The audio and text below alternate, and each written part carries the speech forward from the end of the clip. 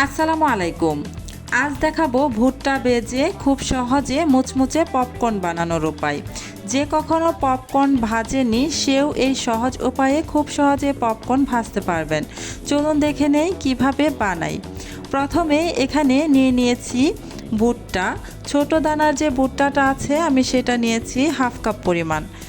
এখানে খেয়াল রাখতে হবে এই পপকর্ন ভাজার জন্য ছোট দানার ভুট্টাটাই নিতে হবে। বড় দানার ভুট্টা হলে কিন্তু পপকর্নগুলো হবে না। তাই আমি এখানে ছোট দানার হাফ কাপ পরিমাণ ভুট্টা নিয়ে নিয়েছি।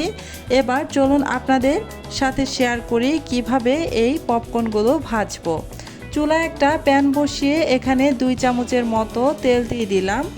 তেলটা একটু গরম হওয়া পর্যন্ত অপেক্ষা করব।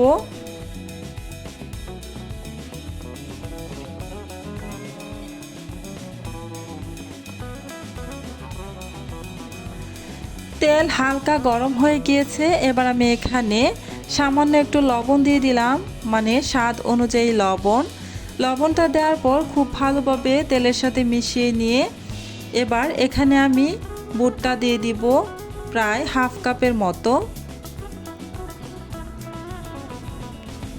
ভুট্টাগুলো দেওয়ার পর চুলার আঁচ কিন্তু মিডিয়াম টু লো আঁচের মাঝামাঝিতে রাখতে হবে।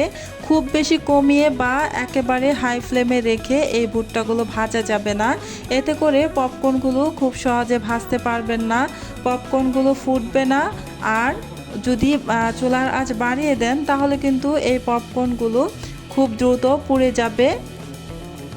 তাই চুলার আঁচ মিডিয়াম টু লো আঁচের মাঝামাঝিতে রেখে আমি অনবরত নাড়াচাড়া করে নিচ্ছি। আপনারা ভিডিওতে দেখে নিশ্চয়ই বুঝতেই পারছেন আমি অনবরত নাড়তেছি।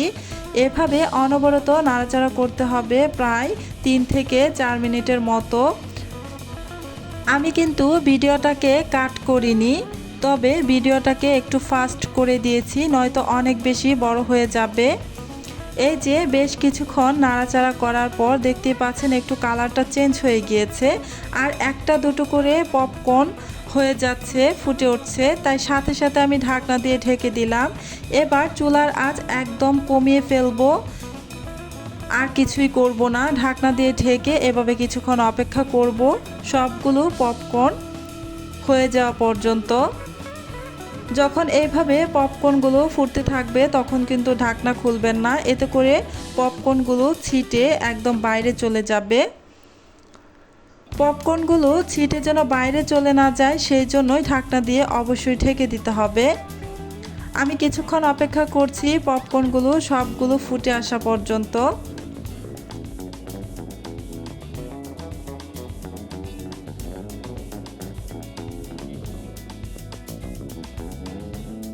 সবগুলো ভুট্টা ফুটে পপকর্ন হয়ে গিয়েছে। এবার ঢাকনাটা খুলে নিলাম। এখনও একটা দুটো করে কিন্তু ফুটতেছে। দেখলেন তো ভুট্টা ভেজে কত সহজে মজার মুচমুচে পপকর্ন বানানো যায়।